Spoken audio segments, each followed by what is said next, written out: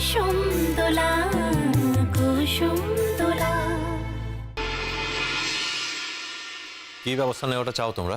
আর কি বলবো বাজা, হয় তুমি তাকে ভালো করে বুঝো, বুঝিয়ে সুঝিয়ে ভালো পথে আনো, আর নয় তুমি তাকে নিয়ে এ সংসার থেকে আলাদা সংসার করো।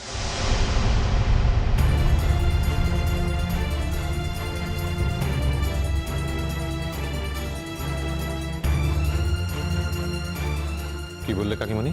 বাধ্য হয়ে বলেছি, বাধ্য হয়ে উপায় থাকলে বলতুম নি, উপায় নেই বলে বলছে। বাপ শোনো, যখনই কোনো ভালো পরামর্শ তাকে দেব, যে কোনো সময় যদি কোনো ভালো কথা বলে অমনি একবারে মুখে মুখে হুঙ্কার দেয়। আরে আমি বোঝাতে গেছিলাম যে আলতা পরা আমাদের বাড়ির নিয়ম, সব বউরা পরে, তোমাকেও পরতে হবে। তো সে এমন মুখ নেড়ে আমার হাতের সামনে কথা বললো যে মানে তুই সহ্য করতে পারবি না, তুই থাকলে তোর মাথায় আগুন জ্বলে যেত।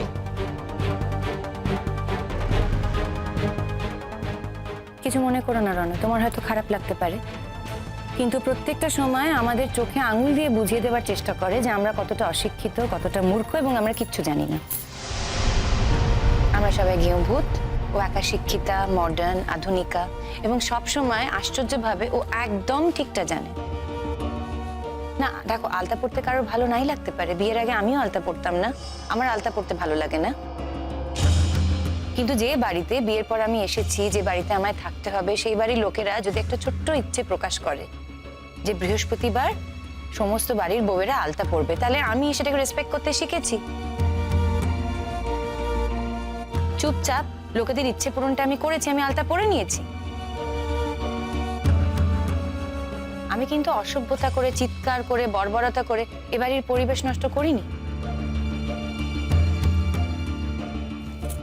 একদম একটা হেভি কথা বলেছো নতুন দি, 100% সঠিক কথা।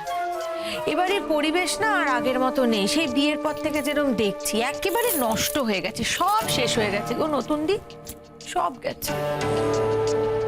দেখো বাবা, আলাদা সংসার করার কথা বলে যদি ভুল করে থাকি তাহলে মাফ করো, কিন্তু তোমার এই বউকে নিয়ে আমরা কেউ এ বাড়িতে থাকতে পারবো না। সে সে কাউকে মান্যি করেনি।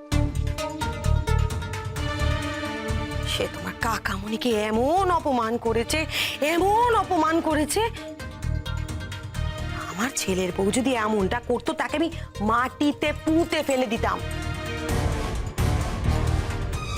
মিঠু কোনোদিনও এরকম করতেই পারে না, মিঠু এরকম অসভ্যতা শেখেও নি, কোনোদিন করবেও না।